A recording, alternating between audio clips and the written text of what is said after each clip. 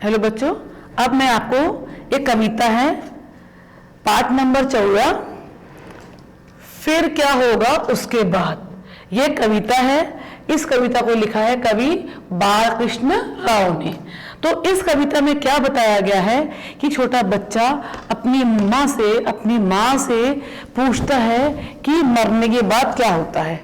अब बच्चों से कोई क्वेश्चन बच्चों को बताते हो भाई मुझे फिर वो बार बार बच्चे क्वेश्चन हमसे पुट करते हैं, पूछते हैं ना। तो यहाँ एक बच्चा है जो कि अपनी माँ से बहुत प्रश्न पूछता है, फिर क्या होगा, फिर क्या होगा, फिर क्या होगा।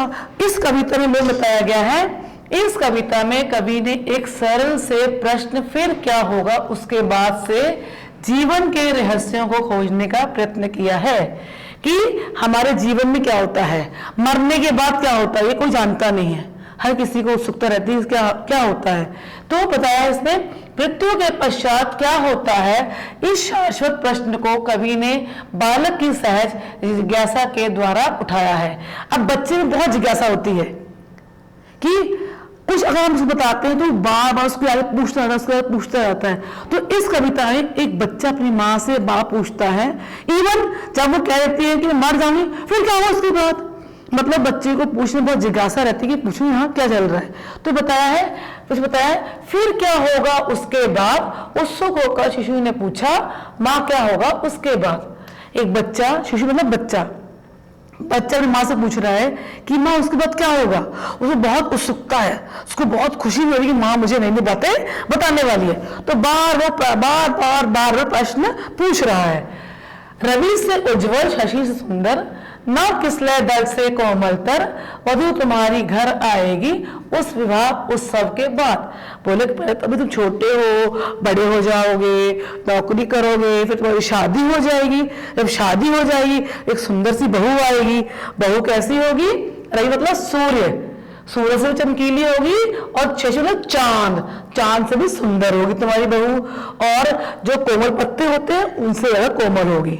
सुंदर, सुशील, चमकीली, कोमल तुम्हारी वधू जो है हमारे घर में आएगी और यहाँ पर विवाह का बहुत बड़ा उत्सव मनाया जाएगा। फिर बोलता है पल भर मुख पर स्मित की रेखा, खेल गई फिर माँ ने देखा, कर गंभीर मुखाकृति शिशु ने फिर पूछा माँ उसके बाद। वो तो खुशी से होती है मेरी शादी होगी, बच्चे चेहरे मुस्कान से आ जाती है, फिर गंभीर हो जाता है। फिर उसके बाद माँ, फिर उसके बाद क्या होगा। पहले खुशी होती है कि हमें शादी होगी, मेरी वधू आएगी, बच्चा होता है तो खुशी में देखता है, हंसता है, फिर गंभीर हो जाता है, फिर पूछता है कि नहीं फिर उसके बाद क्या होगा। फिर माँ बोलती है फिर नाव के नक्षत्र मनोहर, स्वर्ग लोक से उतर कर तेरे शिशु बनने को मेरे घर आएंगे उसके बाद। मतलब बेटा उसके बाद शादी हो जाएगी, विवाह हो जाएगा, फिर स्वर्ग लोक से बहुत से चांद, सितारे, नक्षत्र सब तुम्हारे मेरे घर में आएंगे तुम्हारे शिशु बनने के लिए, तुम्हारे बच्चे बनने के लिए मेरे घर में बहुत से चांद सितारे आएंगे, आसमान से उतर के आएंगे। तो बच्चा सोचता कि अरे बच्चे आएंगे। तो फिर वो क्या बोलता है बच्चा बोलता है मेरे नए खिलौने लेकर चले न जाए वे अपने घर, चिंतित हो कह उठा किंतु फिर पूछा शिशु ने उसके बाद। फिर सोचता है कि अगर बच्चे आ गए तो मेरे जितने खिलौने हैं तो वो लोग खिलौने शेयर करेंगे, खेलेंगे, फिर अपने घर ले जाएंगे। वो थोड़ा परेशान हो जाता है, परेशान होता है और बोलता क्या है, वो बोलता है कि माँ अगर वो बच्चे आ गए तो मेरे जो खिलौने अपने घर ले जाएंगे। तो उसके बोलता है कि फिर उसके बाद क्या होगा। फिर पूछता है फिर उसके बाद अगर बच्चे आ गए घर में फिर क्या होगा उसके बाद। अब माँ का जीव ऊब चुका था, हर शांति में डूब चुका था, बोली फिर मैं बूढ़ी होकर मर जाऊंगी उसके बाद। अब जब बच्चा बार बार प्रश्न पूछता है तो गुस्सा आता है ना, कई बार गुस्सा भी आता है कि बात पूछता जा रहा है, क्योंकि उसकी माँ उसको जवाब दे थक गई थी, थकान हो गई, परेशान हो गई थी। तो बोलती फिर क्या होगा, तो शादी हो गए, तुम्हारे बच्चे हो गए, फिर बूढ़ी हो जाऊंगी, फिर मर जाऊंगी।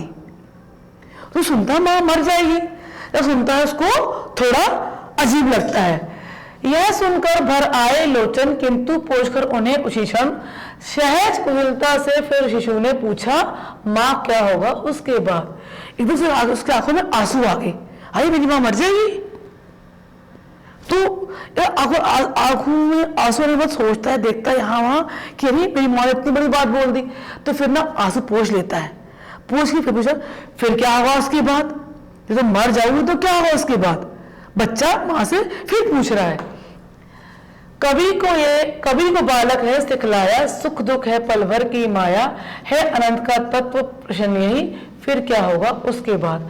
तो बताया गया है कि इस कविता में कवि ने बताया गया है कि सुख दुख जीवन में आते रहते हैं। पहले सुख का होगा, खुश होगा, मेरी शादी होगी, बच्चे होंगे, फिर दुख का होगा, मेरी मां मर जाएगी। तो ये एग्जाम्पल दिए गए हैं। मेन इस कविता में कवि ने बताया गया है कि सुख दुख हर इंसान के जीवन में आते हैं, हमको संयम रखना चाहिए, घबराना नहीं चाहिए।